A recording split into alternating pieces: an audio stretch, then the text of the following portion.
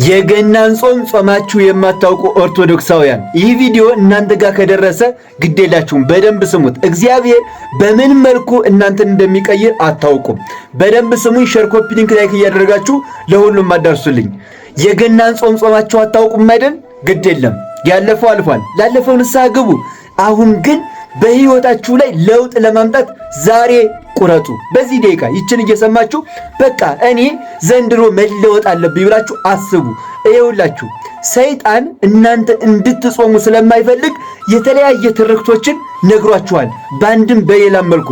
ምክንያቱም ሰይጣን ጾምን አይፈልግም። ሰይጣን እኮ ምግብ በልቶ አያውቅም፣ ግን ጾምን ደግሞ ይጠላል። አንተ እንድትጾም አንቺ እንድትጾሚ አይፈልግም። ምክንያቱስ ስትጾሙ ስጋችሁ ለኃጢአት ከመነሳሳት ይልቃል። ለኃጢአት ካልተነሳሳ ስጋችሁ ደግሞ የሰይጣንን ሥራ ልትሰሩ አትችሉም።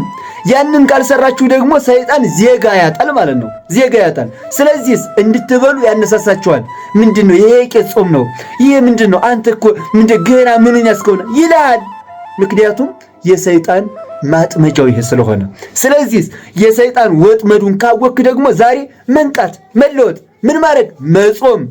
በቃ ጾም ከእግዚአብሔር እንደሚያገናኝ ማወቅ፣ ሙሴ ከእግዚአብሔር እንደተገናኘ ማወቅ፣ በጾም ኢያሱ እንደተገናኘ ማወቅ። ስለዚህ ዛሬ ለለውጥ ተነሱ። ይኸውላችሁ ለለውጥ ብዙ ጊዜ አያስፈልግም። ለለውጥ አንዲት ሰከንድ በቂ ናት።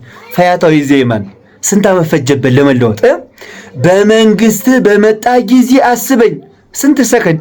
ይህች ናት እኮ ፈያታዊ ዘየማን የለወጠችው።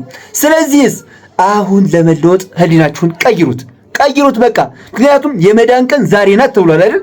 ከዛሬ የሚልቅ አሁን ናት።